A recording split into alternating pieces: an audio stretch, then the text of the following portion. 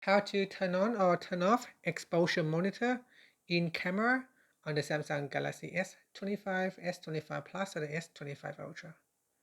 First, tap on the home button to return back to the home screen by tapping on the home button at the bottom of the screen.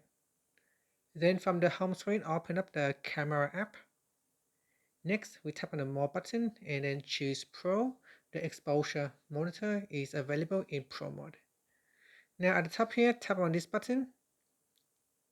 This button right here is the exposure monitor button. So tap on it will allow you to go into these settings. From here, you can switch it off, or you can turn it on by selecting zebra pattern. Here you can adjust the IRE value by dragging on the slider to the left or to the right. You can also select false color. So by selecting false color, you can color code everything based on its exposure level.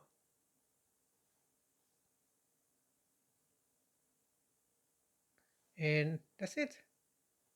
Finally, tap on the home button to return back to the home screen. Thank you for watching this video. If you find it helpful, please like and subscribe to my channel for more videos.